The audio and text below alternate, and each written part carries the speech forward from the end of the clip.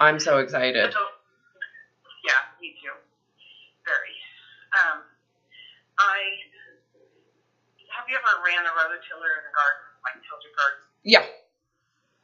Okay, so we have this wildlife plot, and that we're got some funding for, and so we've been working on it. Mm-hmm. Probably why I couldn't get over all my illness, because I was out trying to do that stuff too. But anyway, so it's in this area along a field, that hasn't been cultivated before. There's just grass and stuff. Mm-hmm. And so I had to take a tiller out there. And you know how when you hit really hard dirt or hard pan with a tiller, it will just walk away from you? Mm-hmm.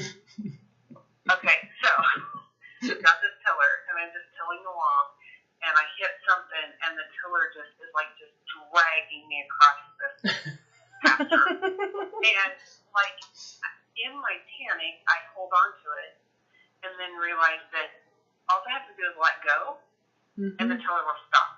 Mm-hmm. So it's just like life when you try to control everything, and the tighter you hold on to it, the more wild it gets.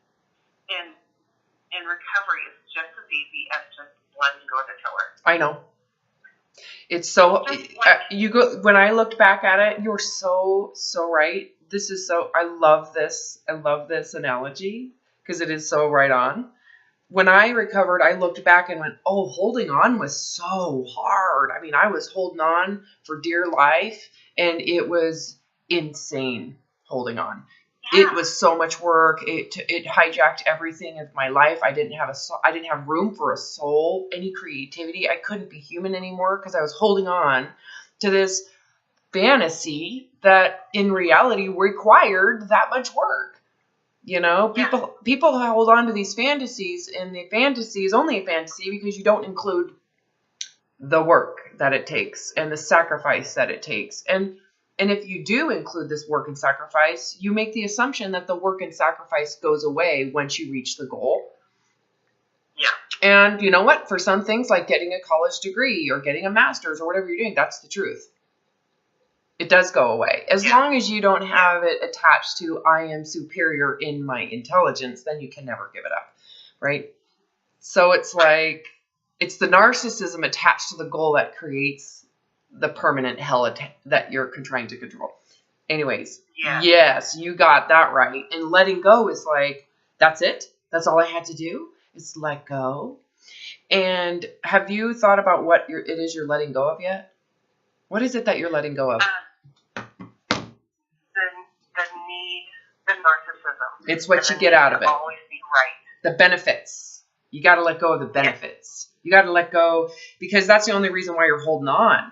And then when you fear letting go of it, that's what you're fearing the loss of. That's what you're sad about. It's like you're grieving what? You're grieving your fucking fantasies. Yeah. And that's the other thing I remember realizing too, when I let this whole thing go, is why am I so upset about something so horrible?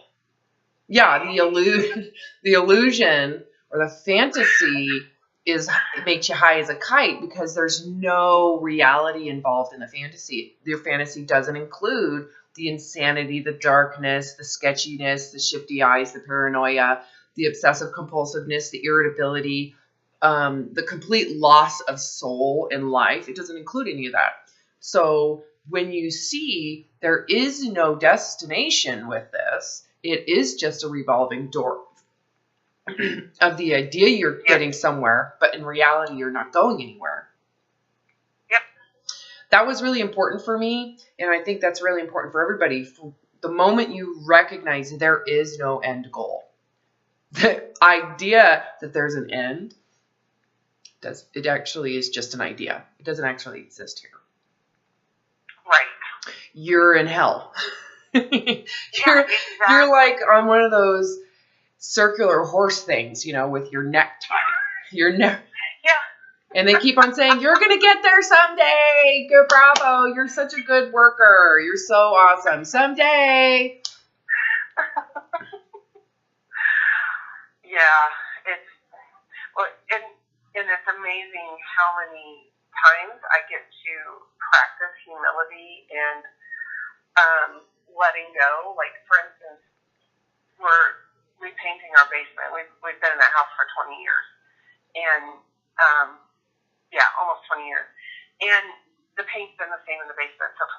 bedrooms. And so I said, Nick, I want to take the wallpaper off this one little place.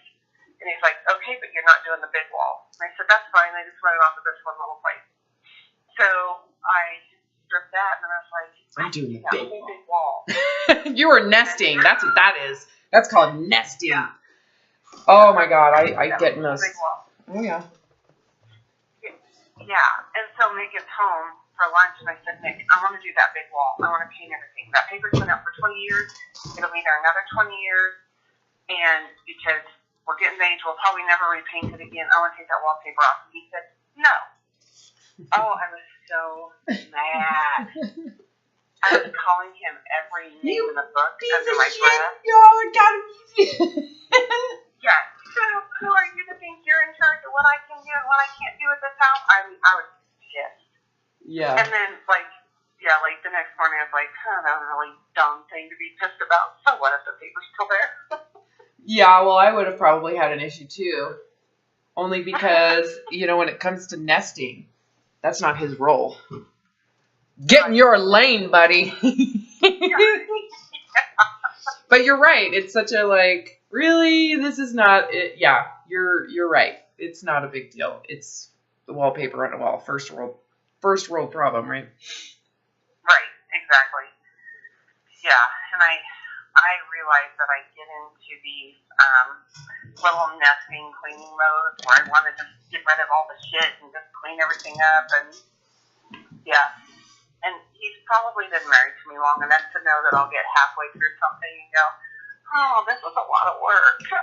Uh-huh. Yeah, I don't know. I kind of like having projects like that every so often. It just is, it's fun to do. It feels good when it's all done. You wouldn't. Yeah, it's not like you would have regretted it. Look at me. I'm trying to convince you. Go do it. Go do it. That's what my youngest girlfriend just kept saying. Just do it, Michelle. Just do it. I said, do you have any idea how pissed off Martin's father will be? She's like, I would just do it. I would too, only because it's like, if it doesn't require him, if he's not involved, why does it matter? But the other thing is you have to look at your workload too. Is he saying no because he doesn't want you to overwork? Yeah. Doesn't want you to. Yeah, okay, so yeah. I could see why then he would be like, stop. So why don't you hire someone to do it? Because he's so tight. Because he's what? He's very, very tight with money. And so he's hiring someone to paint because he knows that painting will flare my RA. Mm-hmm. And he also knows that taking off the wallpaper will flare my RA. And so if he's already hiring someone to do it, you should just say, well, then why don't you just say, I'll pay it with this money? I'm doing it. I don't know. Look at me. I'm just saying, look, there's got to be some level of compromise. I don't know. It's true. This is such a tit for tat for this or that, or you have to find is it really worth it is it going to bring you joy? Is it going to really bring you I love my house. I feel so good. Is it going to do that for you? Actually, I love that wallpaper. It's just beautiful, just kind of a timeless plaid. Mm-hmm. But I think I just get into I should probably have new. Okay, you're nesting. You're nesting. Yeah, completely. Yeah, it's like the bird that takes one little twig and moves it around 5 times. And then decides, I'm done with this twig. But then she goes back to pick it up and brings the twig back. No, for reals. We have such there's similarity in our, it's like the second hierarchy of need, our environment. Men want to protect us in different ways, and our goal is to make it soft and comfortable and cozy and warm and whatever it is you want out of it, That is so true. I'm recording this. Are you okay with that? Yeah, that's fine. Yeah, where he is the practicality of what absolutely needs to be done. Fixing the airsoft holes all over my basement from my boys having wars down there I didn't know about. Okay. So why don't you sit down and say, okay, you know how you want to do this stuff, and that's what you want to do, and this makes you feel good, and whether it's hunting or whether it's whatever. Just say, this stupid thing is going to bring me joy. I know it's dumb. I know it's ridiculous. But for whatever reason, I'm nesting. I'm wanting to feel this differently. It's like an itch I want to scratch. So if we can just pay the extra $200, $300, $500 for someone else to do it. Which, that is so true. Acknowledge. I just want to scratch.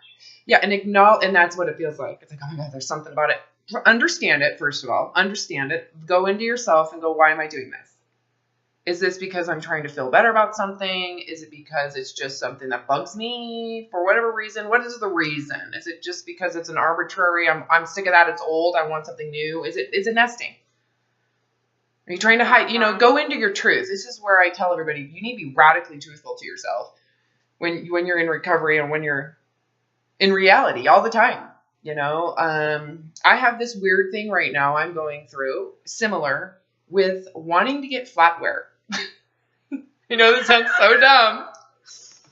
Okay, the sun is just in my face. I'm going to turn this and change my position. But I am like, and it's not my daily use wear that I want. It's not daily use. It's special occasion flatware. I've never had any of this. I don't have the money for it, right? So I'm like looking for stuff on clearance, or it's just the weirdest thing. Like, why the hell would I all of a sudden be like, I really want some really special occasion flatware? Where would that come from?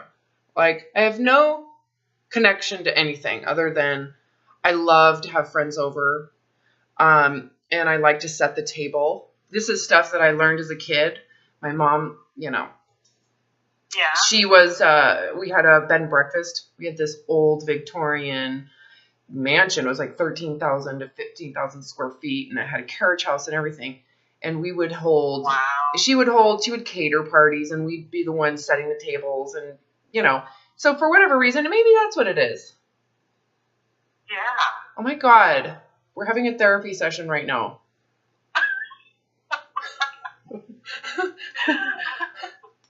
I'm connecting some dots right here, people. I bet you it has to do with my mom.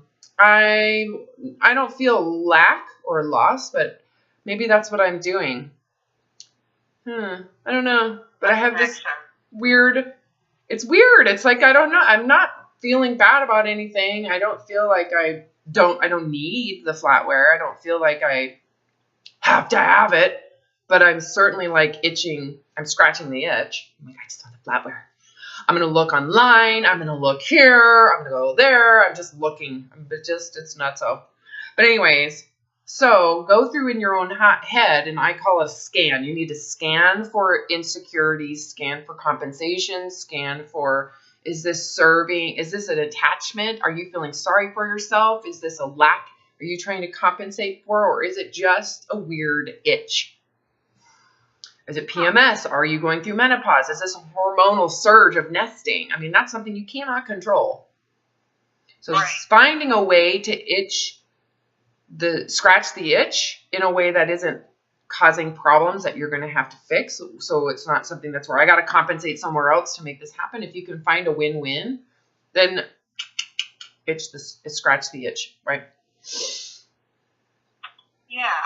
I don't know. You need to have a conversation with your husband and be honest about it. Say, I don't know what it is. Maybe it's nesting. Maybe it's boredom. I don't know.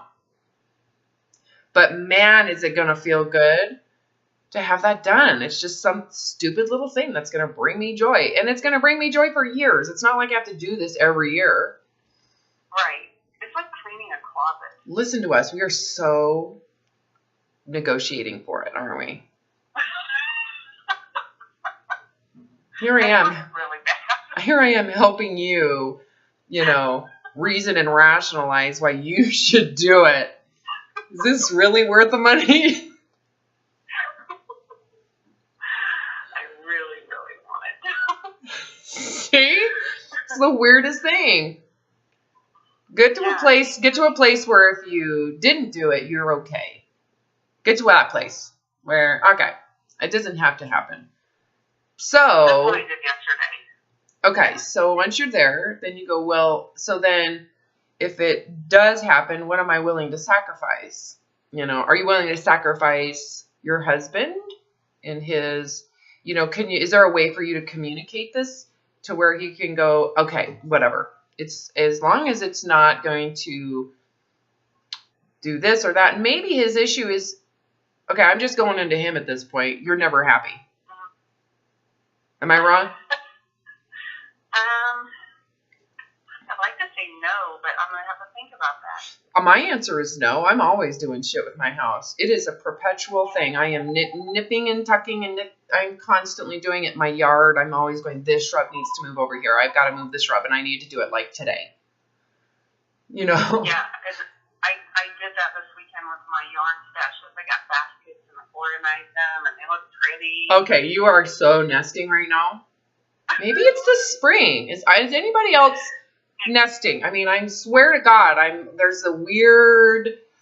I just want to make sure my floors are clean at all times.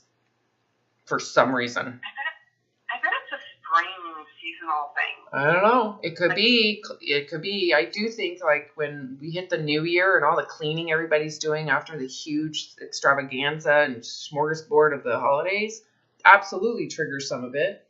What is it right now, though? I mean, is it the sun? Getting more sun? Is that what's doing it? So, because it could be diurnal. It could be... Right. We're human. I love this aspect of looking at our behavior. It's like, okay, we are animals, and how much of this is like the universe, and all we're doing is what we're called to do. I know. Like, I wish I could think... I listened to a couple of podcasts. Well, I listened to quite a few podcasts while I was stripping wallpaper and stuff this weekend. And there was one that talked about the hierarchy of needs, and, that we can't escape that. Never. Animal needs, yeah. Well, hold on. I take that back. You can. I have. You just go into willingness to die. Once you're willing to die and it's actually truthful and heartfelt, then you're really less prone to be...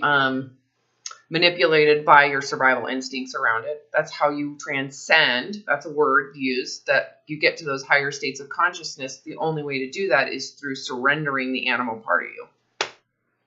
Anyways, however, it doesn't mean that they're gone. It just means you don't take them serious or you don't respond to them as much, except for when it comes to buying flatware. Except for when it comes to stripping. Except for when it comes to stripping wallpaper. Here's what we should do. If you live closer, I'd hire you to strip my wallpaper. Oh, yeah. Buy your flatware. Oh, I could totally do it. Oh, my God. Because my mom was crazy. She redid the Victorian mansion, and she bought Victorian era wallpaper, and we had to, oh my gosh, I swear, we had to strip like over 30 pillars around the front porch. It was a huge wraparound porch, and I swear that's why she had brain cancer. We were stripping it with a heat gun, which means I'm probably going to get brain cancer because I was the one stripping lead paint with a heat gun. Oh my God. Anyways. Oh, wow. What we do when we're nesting, it's really kind of crazy. I remember when I was pregnant with all 3 kids. There would be this stage. It was always in the 3rd trimester, and it was different. But I had to have the weirdest, well, obviously the weird food thing. Like I would have a McDonald's kids meal, the cheeseburger. There was something about the mustard and the pickles and the whatever. Almost every day I was like, I have to have one. The other thing was cleaning the garage floor. Okay, I had this weird thing about the garage floor being clean. Yeah. Isn't that bizarre? And then, as soon as the baby comes out, you're like, well, who would give a shit about sand on the garage floor? Isn't that what it's supposed to? I mean, all of a sudden, I don't care. It's the weirdest thing. Right.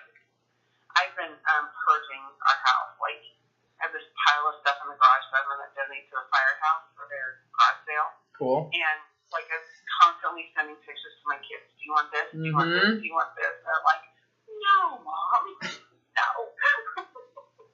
No, it feels good. There's something about it. I'm totally. Yeah, I also feel this need to change out all my furniture, but I have kids in high school and dogs that are here, and there's no way I'm going to do that. So I don't go into that. I'm not there. I just don't open the door, you know. But when it comes to like, I'm really going to get some fancy flatware, I cannot. That door is open right now. Okay. So, so yeah, you got to kind of scan yourself and be like, okay, what is this about? And tell yourself the truth. If this is about, like, for example, am I really going into denial about my mother dying? Am I really trying to find a connection with her? Do I have any sense of loss? I can honestly say no. I feel so complete with my mother on so many levels. Am I trying to compensate or cope with Gianna, my little dog, my 9-year-old that I had to put down, found out she had cancer and fluid building and I had to put her down like within the day. No, I don't feel that way about this. Maybe I'm unconscious. I don't know. Maybe I don't know. But you go into radical honesty with yourself. And if it is those things, you don't let yourself be run by it.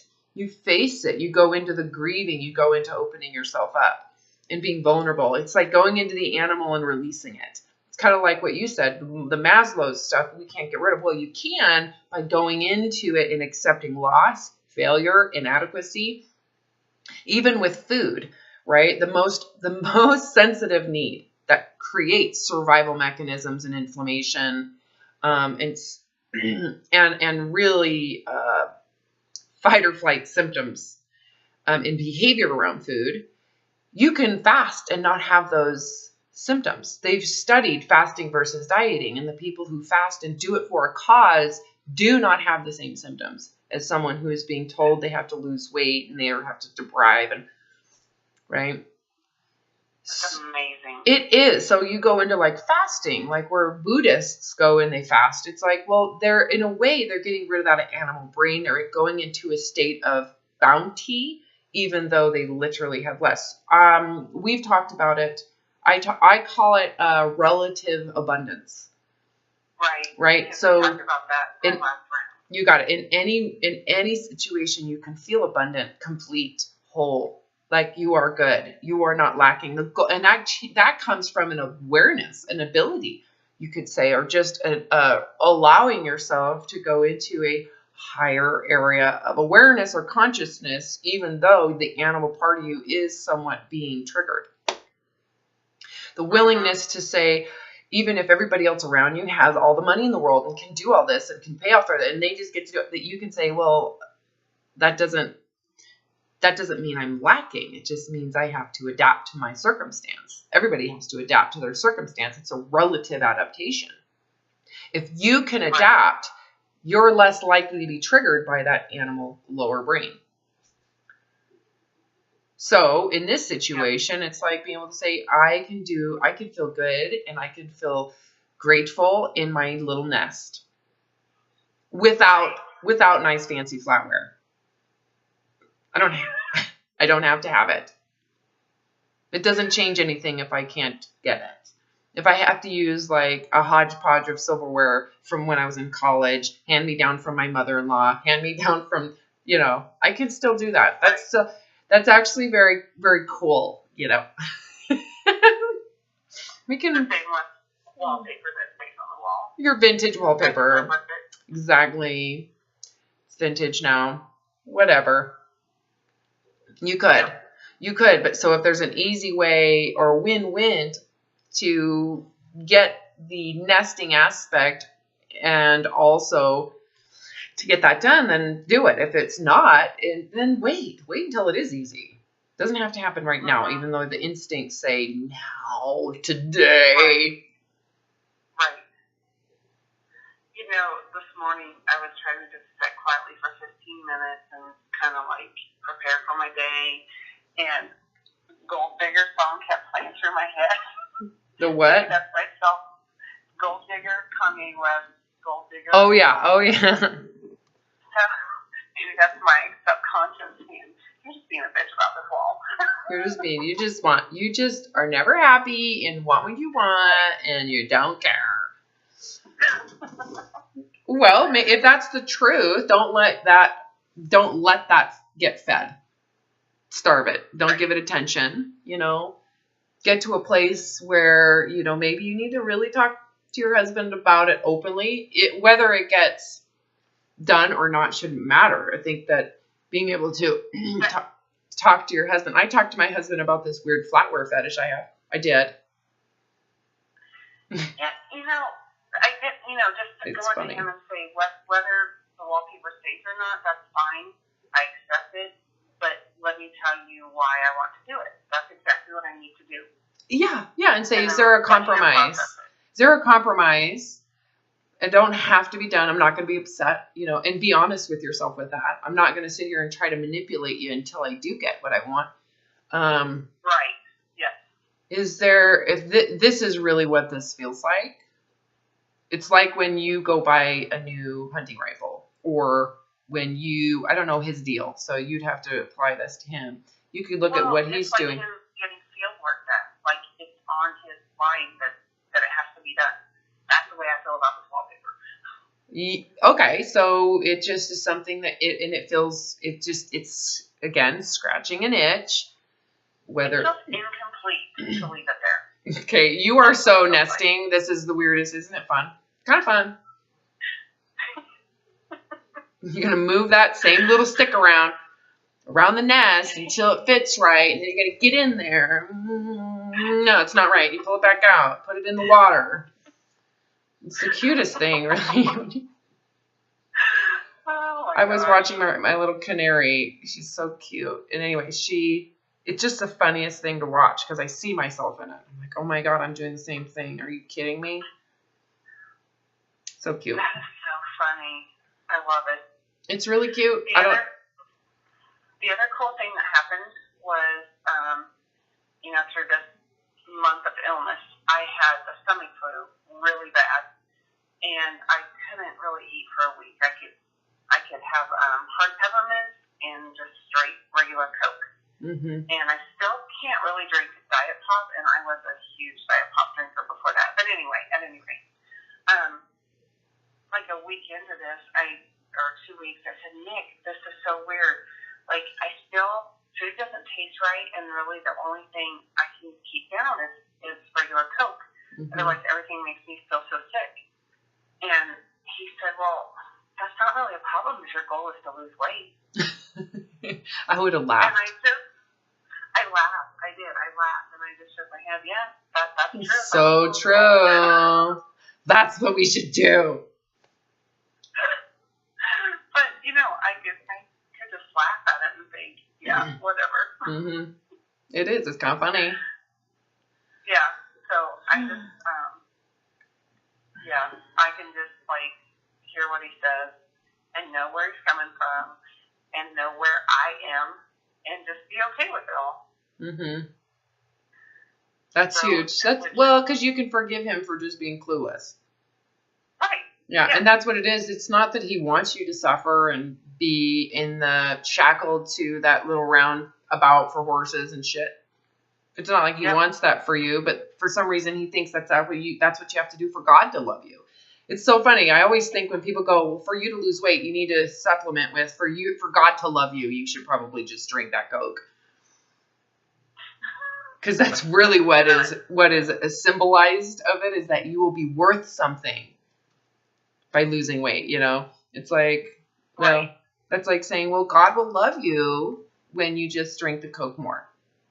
Or when you're hardly eating. It's like a really good thing. You're starving, and it's good. Yeah. You should be excited about this. Oh my God. You should be super pumped. You know what's funny, too, is that I do know, and when you're in that, people do get super excited, especially the anorexic kind of hell demon inside you. And I mean, obviously when you're in it, because that doesn't exist for me and hopefully not for you anymore either, but it gets off on that, not thinking, oh yeah, when I'm not sick anymore, hunger is going to come back. Right. Like, yes, I'm going to starve forever in this moment. I'm going to finally win the thin contest and God will love me.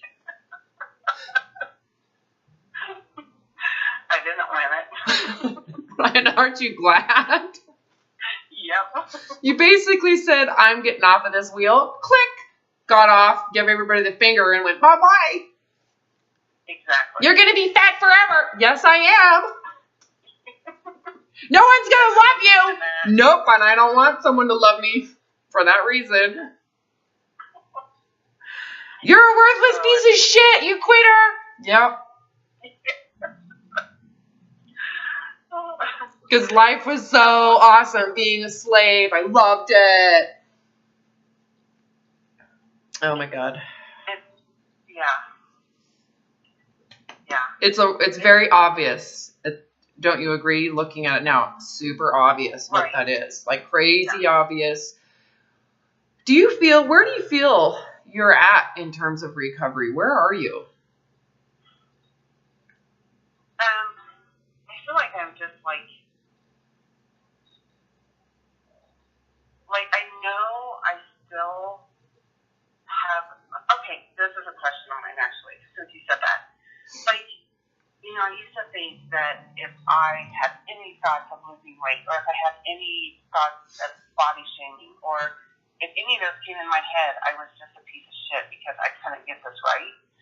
But I've realized that being able to still have those thoughts, but then turn around, you may have that thought come in your head, but then you just immediately think, I'm not going back there. That is not for me. That life, that suffering. Yeah, the suffering is not for me. I'm not putting the chains back on. I'm not pulling the card anymore. That's it. I'm done.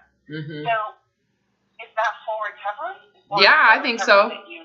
I think so, because you're clearly aware that first of all, let's go into, and I think this is such a good conversation. In fact, this might be something I clip out of here. Let me just get a pencil and write down the time on this session. Hold on.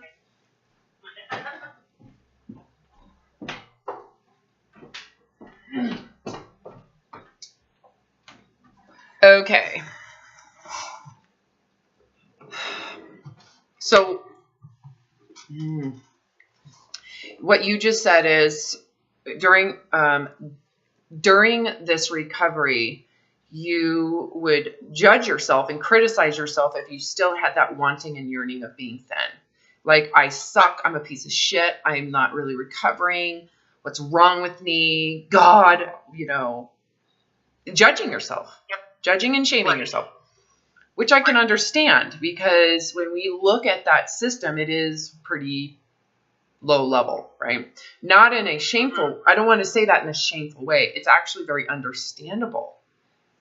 You got to go into that and really forgive why it would be important and how someone would get there to where it is so intense that they're willing to sacrifice their entire life to meet this standard that requires you sacrifice your whole life to reach.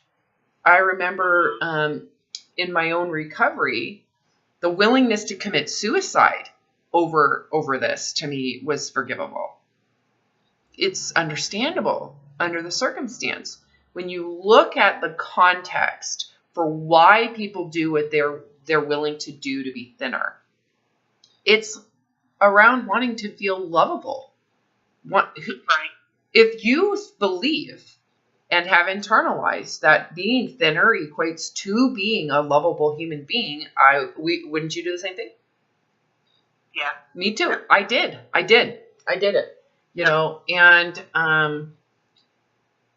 however, you have to ask yourself, should anybody, not just you, but anybody, any animal, have to live in that type of darkness to be loved by someone? No.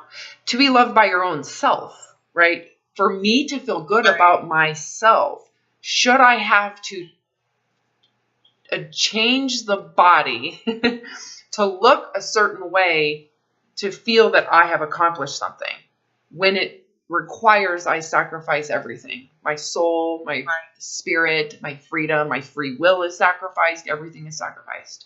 Should I have to do that to feel that I'm a worthy human being? Nope. No. So, it's an awareness that, yes, of course, the animal in me wants to comply. I want to blend into the background. Right.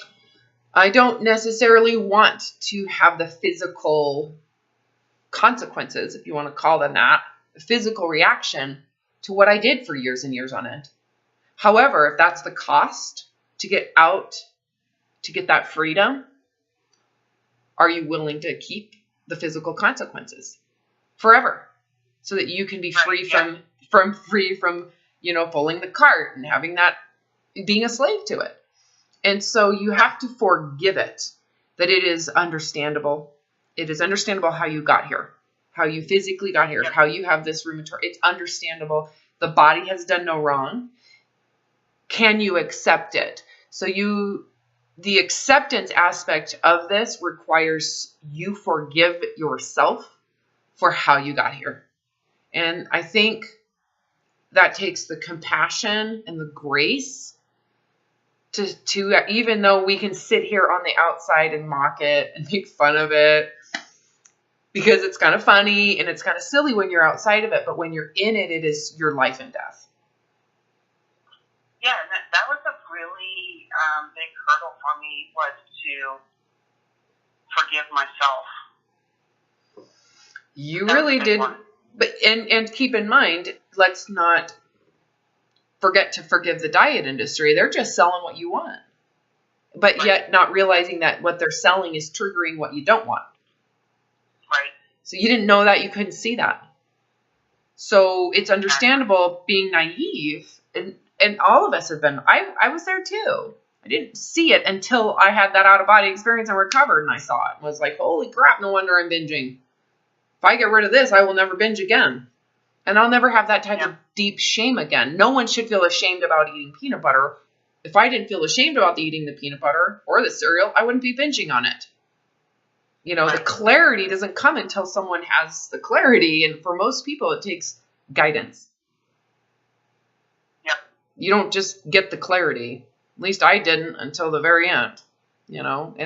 It was divine intervention for me, So giving the whole thing grace. And I had to do that. I had to be willing to say, if the body, because of what I have done to it and how I have abused it, needs to be 500 pounds, I will allow it with grace. I am not going to feel bad about it anymore, because feeling bad about it means that there is no understanding for how this occurred. There is no grace for the pain and the anguish and the suffering and the humanness and my desire to feel loved by my own family. You go into the truth of the context for why it is the way it is, and it's very understandable. One way that I see it is you tell the story like you're writing a book about it. Are you really the bad guy? Is the body really the bad guy? Is the diet industry really the bad guy? Who's the bad guy here?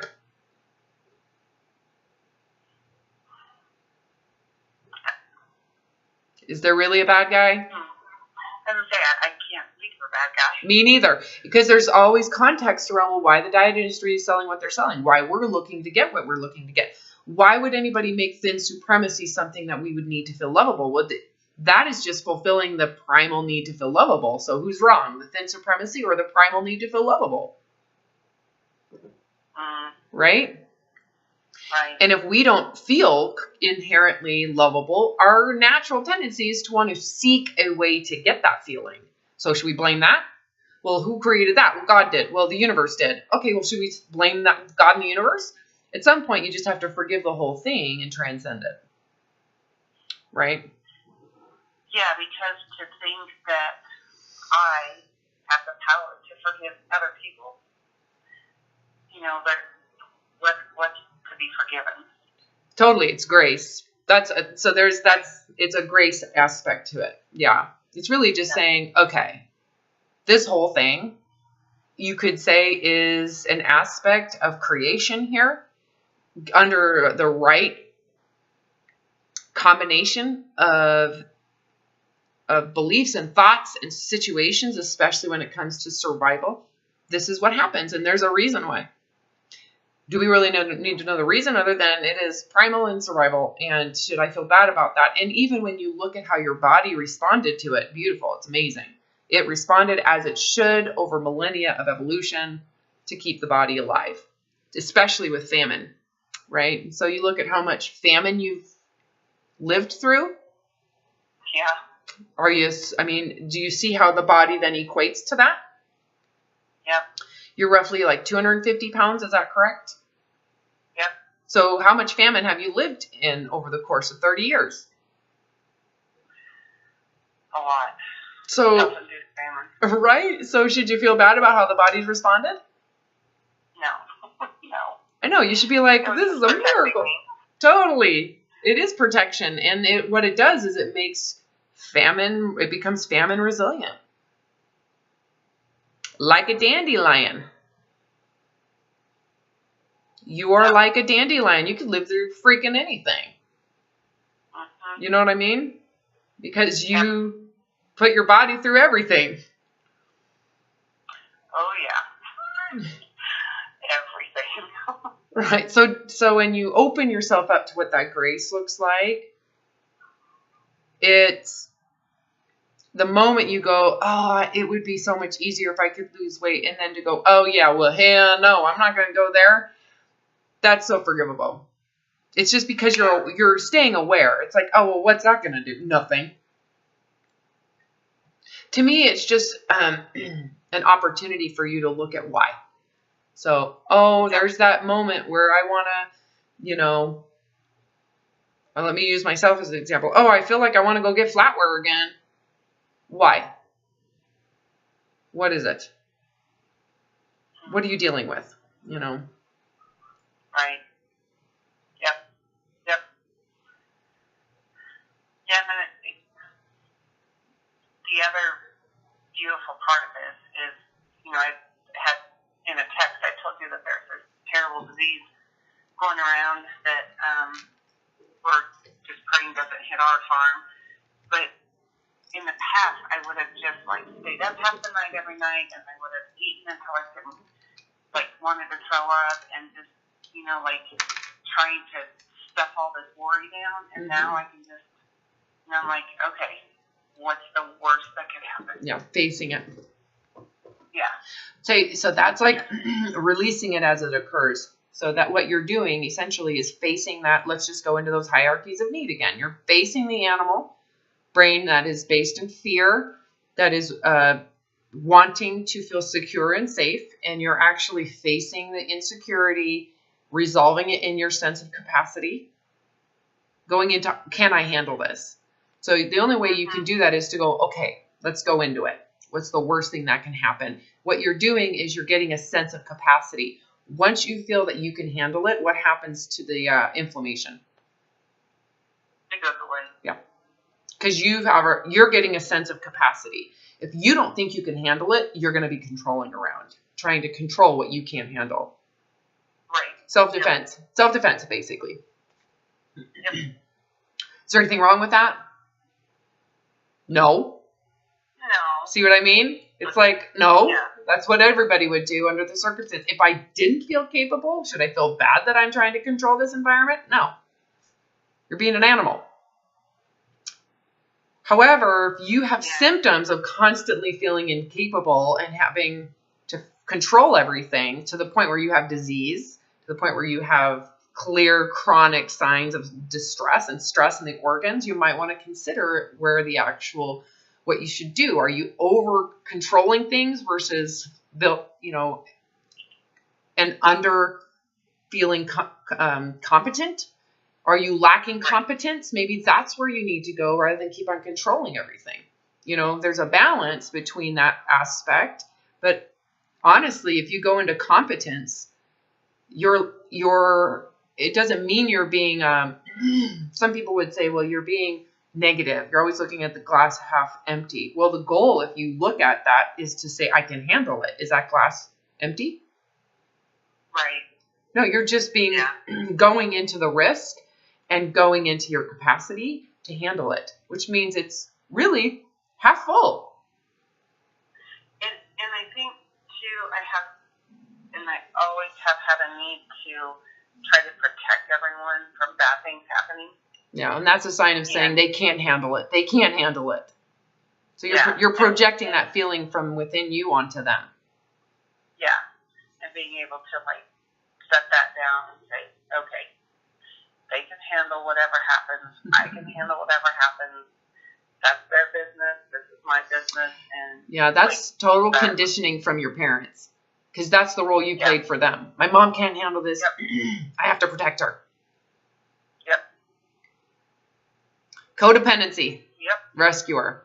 Drama triangle. Absolutely. Yeah, but by giving them the grace to go, well, they can handle it. They have capacity. They'll adjust. They'll adapt.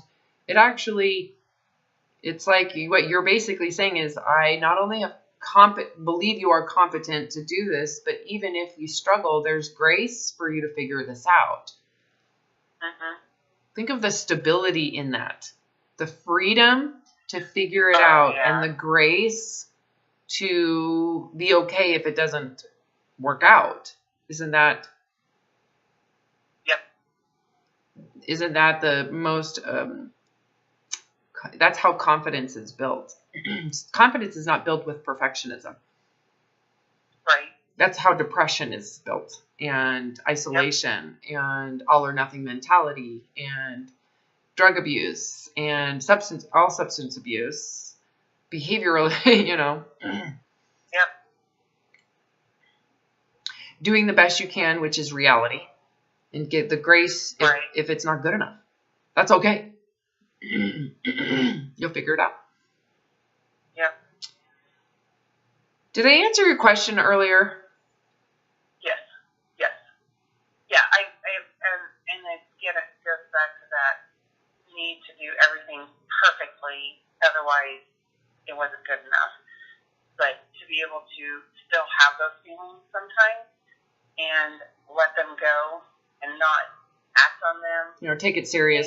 Yeah. Right. Some people give that, it's like, give it a name, the animal part of your brain, give it a name so that you can differentiate it more easily. Oh, that's Lucy. Oh. There's Lucy. She's scared out of her mind. Yeah. That was a suggestion I heard Dr. Hawkins give someone. Give it a name. Dr. Hawkins, my favorite guy. I love to study his work because he communicates this stuff so well. I listened to more of that book, Letting Go, this weekend while I was messing around cleaning and stuff, and he's so amazing. Well, he's got a way to verbalize it all. Right. Yep. And describe it.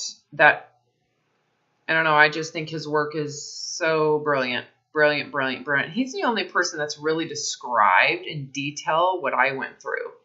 He went through it too, and he uses Buddhism to describe it a lot too, like the void. Like, I would never have used those terms because I didn't have the reference. He studied Buddhism for decades.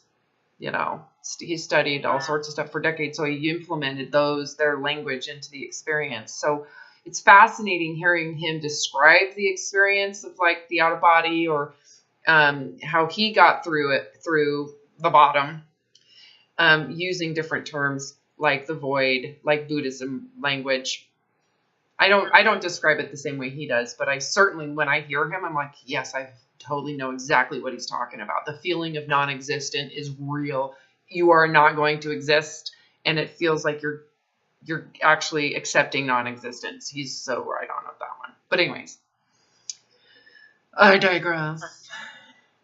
Overall, how's your food behavior? That's another being able to differentiate between eating quote unquote healthy and eating foods that make me feel better because they're not junk. Because I still have a tendency to, and absolutely, I know you'll correct me if I'm wrong, but having deprived myself of, well, like chocolate, for instance, I didn't eat for, 7 years or something. Mm-hmm. And I still, if I'm hungry, a lot of times I would rather have a piece of chocolate than... Yeah, so you're still just trying to compensate and feel balanced with it. I think that's natural and normal. You still are trying to feed your sense of deprivation with it. So that tells me you just need to go in to being deprived for that long, and you need to go into that space of having been deprived and the resentment. So this tells me you carry some resentment still. Okay. Does that sound right, or am I off? Yeah, no, that sounds right. Yeah, like you'll feel it too. I resent that. So there's some anger. There's some victimization in the fact that you willfully, by the way, eliminated those foods because you really believed that they were demonic, bad. They were, and it's understandable. Again, connect the dots to forgive it. You haven't forgiven that. You haven't given that grace yet. Okay. Meaning, anybody would do that under the circumstance. If I truly believe that my lovability, my success, the ego I got, the narcissism the ego got out of this, it's like someone who abstained from sex for spiritual reasons for 7 years. What do you think they're going to do when they've decided they're not doing that anymore? Go on a bender? You think? Because there's again, you're messing with those primal, like we're wired to survive with these activities and behaviors, and so the goal here would be to remove the feelings of resent and deprivation and then victimization that's at the core of this. This is something that you did and you believed it was the right thing to do. And and the other thing is you probably still hold some fear over that food. I shouldn't be eating this. So you're still holding yourself to not just the resent for being deprived, but also the belief that I shouldn't be eating this. Yeah. Okay. Yeah. So yeah, you do need to sit in that and resolve it and release it. Okay. Should you feel bad about chocolate? Think about your language. Is it really unhealthy? What is health? Right. Exactly. And when you look at the big picture, the overconsumption of chocolate has come from a compensation for depriving the chocolate. So when it comes to what's more unhealthy, is it the chocolate or the deprivation of the chocolate that promotes excessive eating of it? Oh, absolutely, deprivation. Right. So is it really the chocolate you should be deprived, that you should feel bad about? No. So you have to go into some of that brainwashing there. There's something there that you truly believe it is bad. It's like if you eat this, it is bad. There is something there. It might not be 100%, but it's like 10% bad. There's something still there that you're attaching to that food somehow. Well, and what I've found is some of those unhealthy foods, which I know are not unhealthy. But that's how you classified them. So it's best that you just classify them that way. Okay. So when I eat those on an empty stomach, and then I feel like crap for the next hour because it's high in sugar, or it's how much reacting to what I ate. It's reacting to the quantity that you ate. No, because I don't have to eat very much of it, and it just makes me feel like crap. It's still quantity. Oh, okay. Yeah, I mean, you're in your mind saying, I didn't eat very much. You're still eating too much, so it is still too much. Okay. So it's still quantity. I don't have to have very much chocolate. Should I be sitting there going, well, why do I feel like I ate too much when I didn't eat too much? I feel like shit when I eat them. Yeah, because you eat too much. There are some things when I take a bite, I'm like, that one bite was enough. Okay. You're still not listening. You're listening more to the this is a bad food than you are actually to your body. Yep, I agree. Okay, good. Well, not that I need you to agree with me. It's just, okay, I've hit the target. So I'm connecting somehow. Okay, that's feedback for me. So really get into these belief systems about these foods that you're still holding yourself to, and how does that manifest while you're eating them? Because I guarantee if you go into the space that you're in while you're eating them, you feel bad. There is guilt involved. Again, if I'm wrong, you need to say, no, I don't. I really don't. You go into radically telling yourself the truth. You hold guilt somehow. I shouldn't be eating this. I should only eat this much. And you're not seeing that as why you're inflamed while you're eating it. This is the other aspect that you need. This is something I want you to understand. When it comes to food and the trigger it provides around survival mechanisms, if you believe a food is not safe, you're going to have survival triggers coming from that hypothalamus that regulates the adrenals, it regulates the thyroid, it regulates your fight or flight response. Okay, cortisol. Imagine that that response is typically connected to being chased by a bear, seeing a tornado come towards your house, right? Yeah. You're getting that response while you're eating food. So what happens is they've studied fight or flight. If you just Google fight or flight and what happens, the first thing is the blood goes away from your gut. Why do we need to be digesting food? That's for when we're relaxed. So the food doesn't digest properly. That's the first thing you're going to read around fight or flight. All the blood goes away from the non-essential things and it goes towards the muscles. So you're no longer actually feeding helping improve your gut digestion just by having fear of the food you're eating. I feel bad about this food. This food is dangerous. I shouldn't be eating it. Immediately the blood goes away from your gut. How's that sound? Yeah. So is it the food that's the bad thing, or is it the fear of the food that's actually creating the gut's lack of response to it? Don't forget, on top of that, what happens is your body goes into that fight or flight response, goes into gluconeogenesis, which what it does is it feeds sugar into your blood through the breakdown of stored energy, glycogen and liver glycogen, okay? And it creates sugar and puts it into your bloodstream. So you have high blood glucose, not because you're eating, but because you're in fight or flight around the food you're eating while you're eating it. You think that might have a problem? Oh, yeah. But we're going to sit here and blame the food, which is actually what's inflaming the fight or flight response while you're eating it. So is it really the food, or is it the fight or flight response while you're eating food? It's the fight or flight. Correct. And you can really look at it and go, well, it's a combination, because now you're not even listening to hunger because there's some degrees of anxiety underneath it all while you're eating the food that you think is bad. So you're really not listening to hunger. And then you're saying, but I'm not eating that much. Well, no, duh. You're inflamed eating bad food that you think is unhealthy, and I shouldn't be eating it because I'm unhealthy. So that tells me you think you're unhealthy. Yeah. Because if you didn't think you were unhealthy, would you feel bad about those foods? No. I don't know. And if you weren't brainwashed to believe it's the food, would you still feel bad about the food, even if you did think you were unhealthy? Yeah. If you were correlated, if you more connected your unhealthy belief, which is really kind of crazy, but it is what it is, to your stress loads, if it was 100% connected to when you get into this mode, would you still be blaming it on the food? No.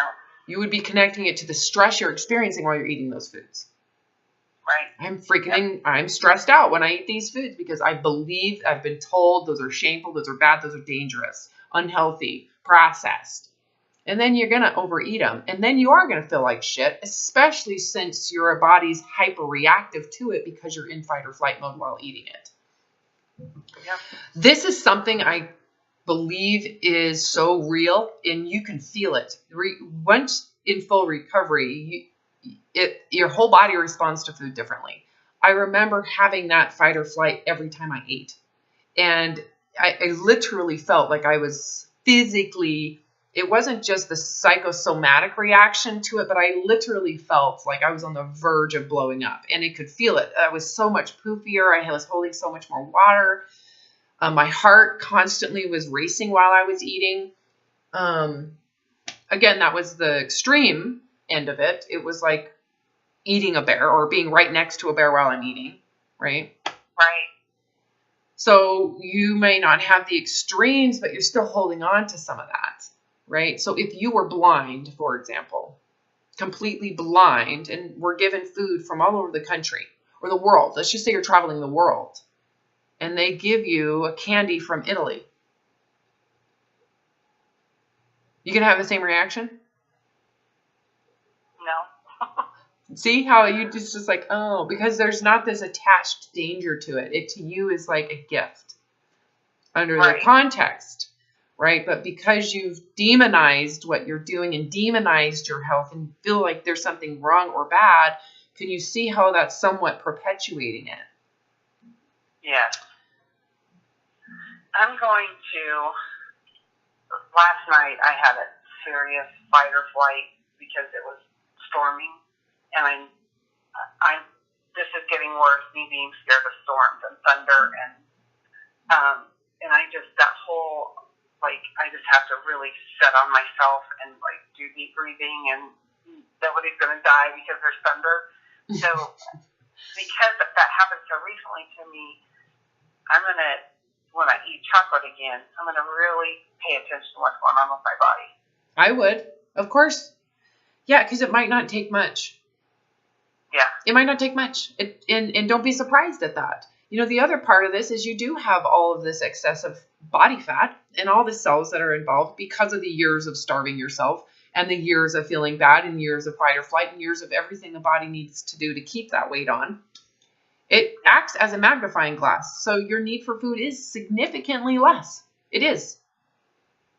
Yeah. You know, and so you kind of have to get rid of the idea of how much you should be eating that you were brainwashed to believe by the diet industry and actually go into the radical reality of what your body needs. And it's probably not as much as you think.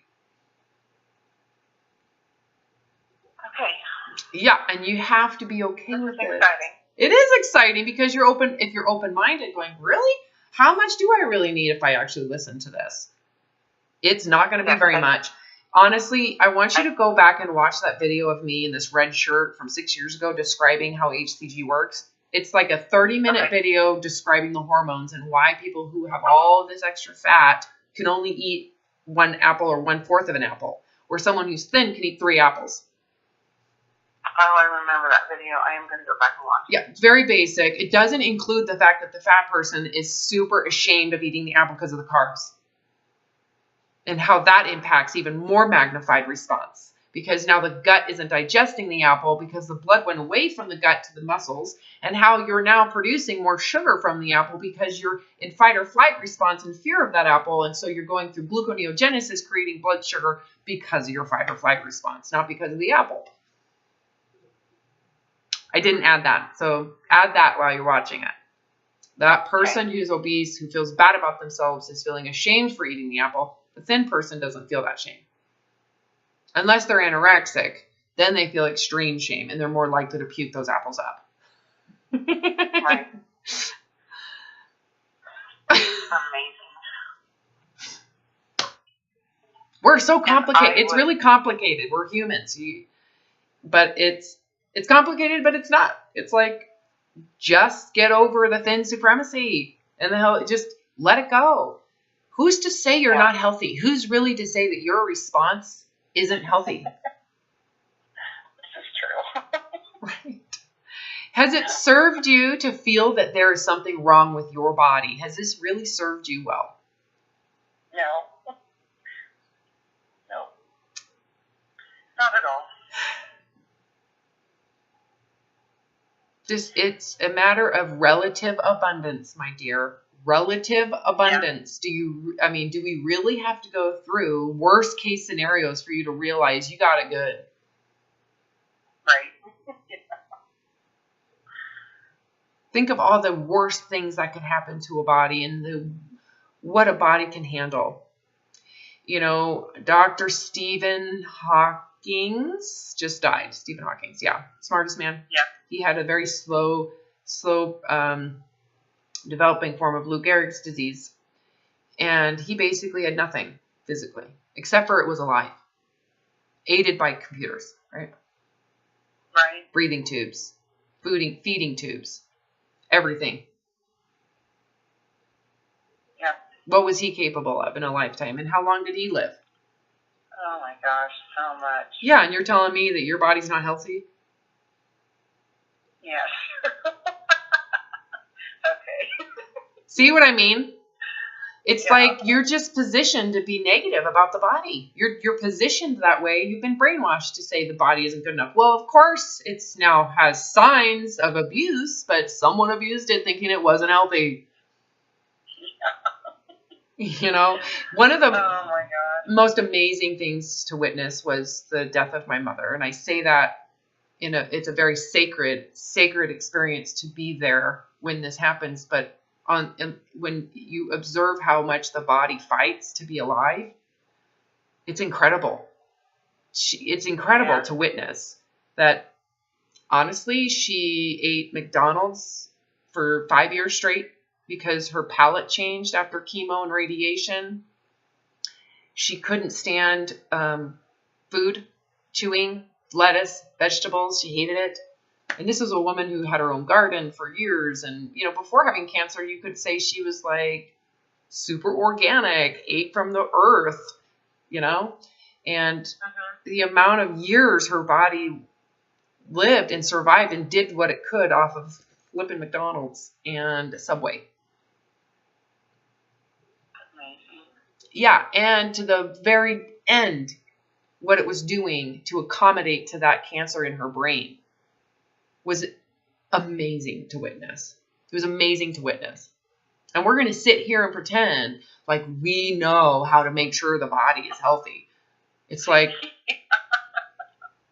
is that really your purpose in life? Is that really something you should be taking ownership of at this point? What if your body is super healthy and everything that you're doing, thinking it's not healthy, is actually causing more harm? Yeah. Like clutching onto the thing that you were describing at the beginning of the session.